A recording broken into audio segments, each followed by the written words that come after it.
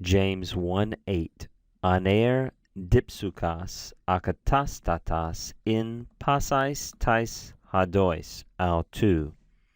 So we continue here. James is continuing to describe this doubting person who is approaching God not in faith but with waffling and unbelieving disposition. He says about this person, he's an aner dipsukas, a double-souled or double-minded man.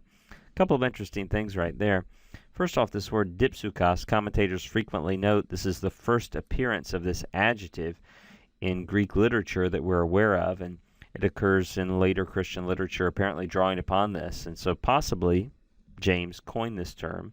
You can see how transparently it's two-souled or two-minded, a divided, the idea of a divided person here rather than God is unwavering in his purposes and intent and in the way he gives, but that's in contrast to the two-souled or the two-minded man.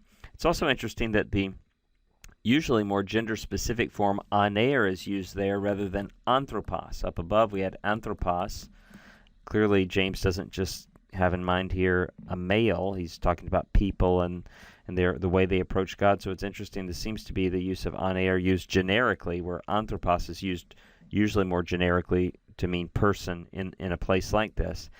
James further describes this double-souled or double-minded man as unstable. You can see there the alpha privative on that adjective, right? The unstable in all his ways, right? In all his ways. And this prepositional phrase, in all his ways, really communicates reference, doesn't it? Or respect. You could say, well, in what sense is the person unstable in regard to this, in regard to this, in regard to this? James says, well, in all his ways. This double-mindedness is a spiritual malady that spills over into every aspect of this person's life.